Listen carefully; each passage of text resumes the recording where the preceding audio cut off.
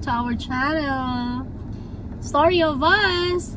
So today I am going to interview you. I will interview you. Do you have time?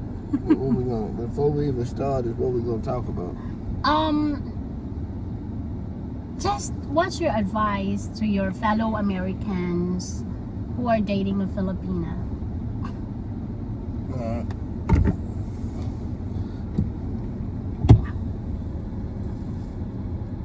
What is your question? What's your advice to your fellow Americans who are dating a Filipina? That's currently dating a Filipina? Yes.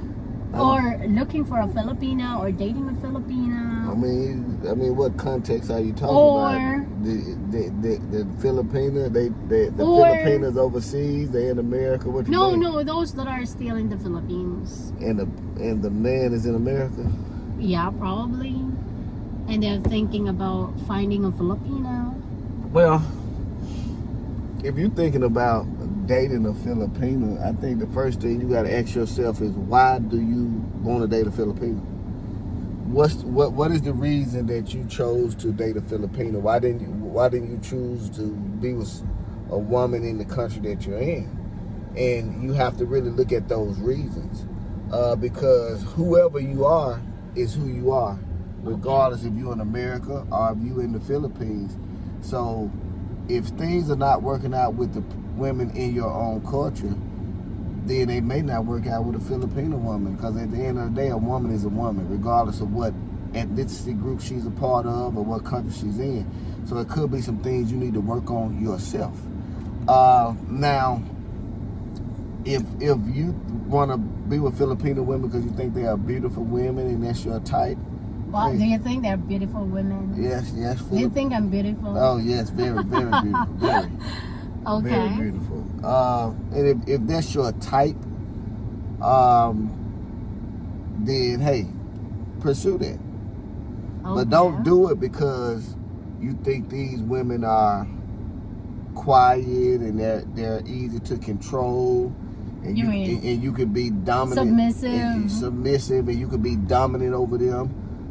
That means you may have some controlling issues, and whatever negative feedback you're going to get from a woman in your own country because you controlling, you're going to get that same negative feedback from a woman from the Philippines. So your motive is very important. Now, if you want a Filipina just because you think they are beautiful women and these are the type of women you want to spend your life with, cool. There's nothing wrong with that. But keep in mind that what comes with that. If you meet a Filipina, before you invest in her or do anything for her, you need to visit it for her first. You need to go out there and see what's going on. You need to make sure you're not being scammed. You know what I mean? That's the first thing. Second of all, a lot of times where you meet her at is a lot of times is a depiction of her character. So you need to determine what type of woman you want. You want a bar girl type Filipina? You know, it's plenty of them in the bar.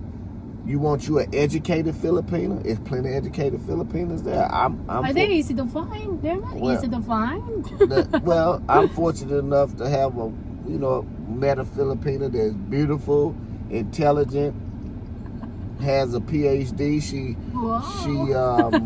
She was making her own money. She was the breadwinner, taking care of her family, so she had her own money. She has a high business acumen. She's business savvy. So I'm fortunate. But to get a lady of this caliber, you need to exhibit some of them things yourself. How can you grow her? How can you elevate her mentally? How can you make her happy? Those type of things.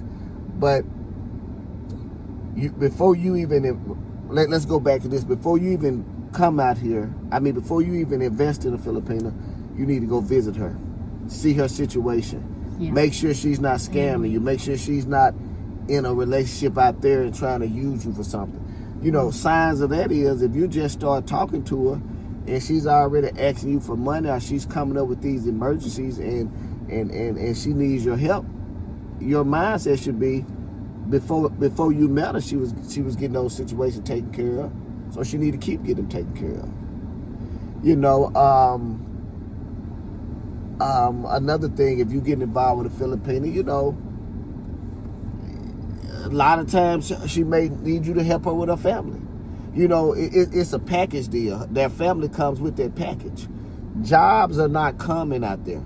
You know, they have jobs, but a lot of times it's not enough to pay for your daily cost of living. So, you know, Filipinos are very caring to their family. And one thing about it, they're not going to just live a luxury lifestyle for themselves and watch their family starve and be poor. You know, they want to make sure their family have the basic needs. And when I say the basic, I mean the most basic. Housing and food.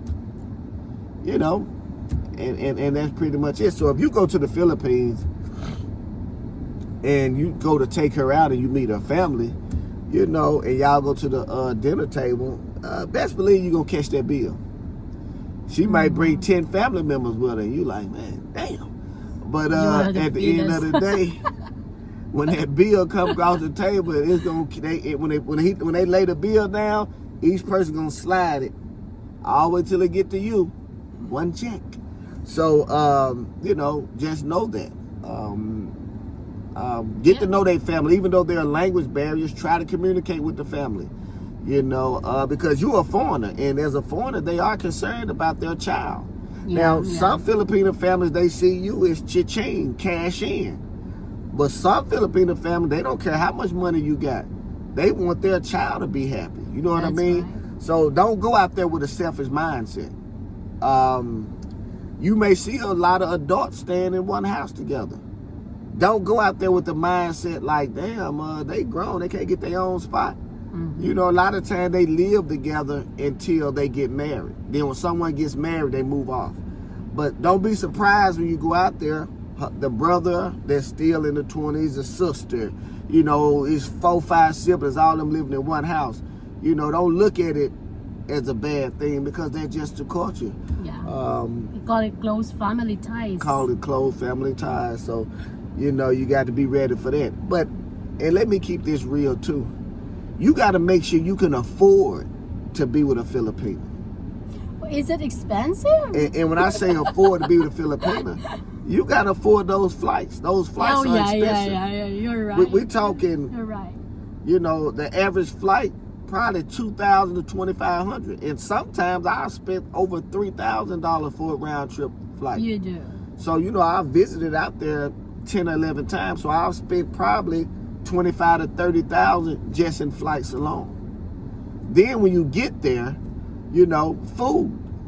Yeah. You know, if you don't, you know, if you don't want to stay at her place and eat rice and dry fish all day, I mean, you're gonna have to pay for some. Do they feed you? I mean, rice and dry fish look like a. I mean, the fish that you all was feeding me, that look like the bait.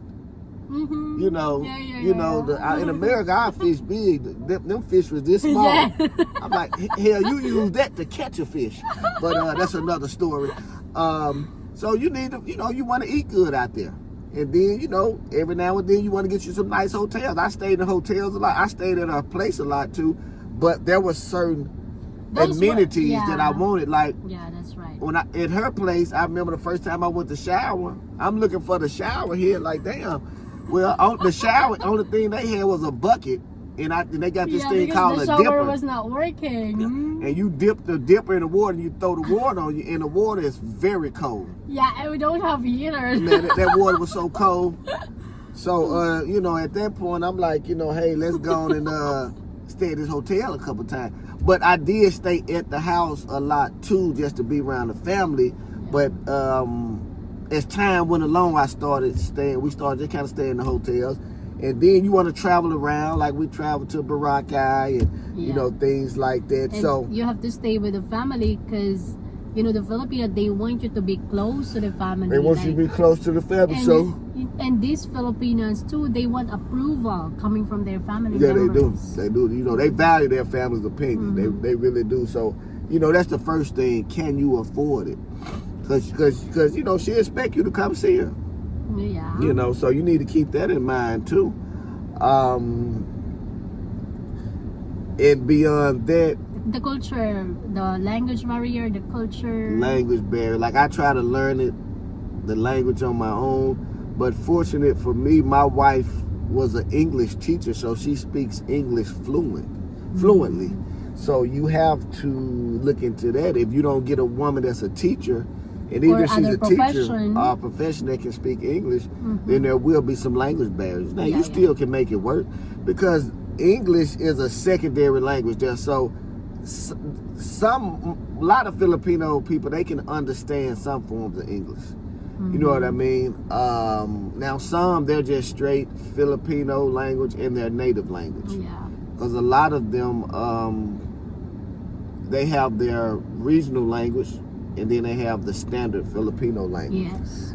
So as you go, Now, if they find a Filipino that do not speak English so much, yes, pretty much, a lot of times they'll be quiet times.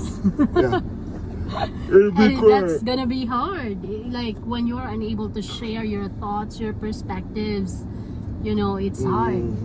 Yeah, so you know, so once you get past all that, you can afford it. You can fly out to visit her and meet with her. Those things are very important.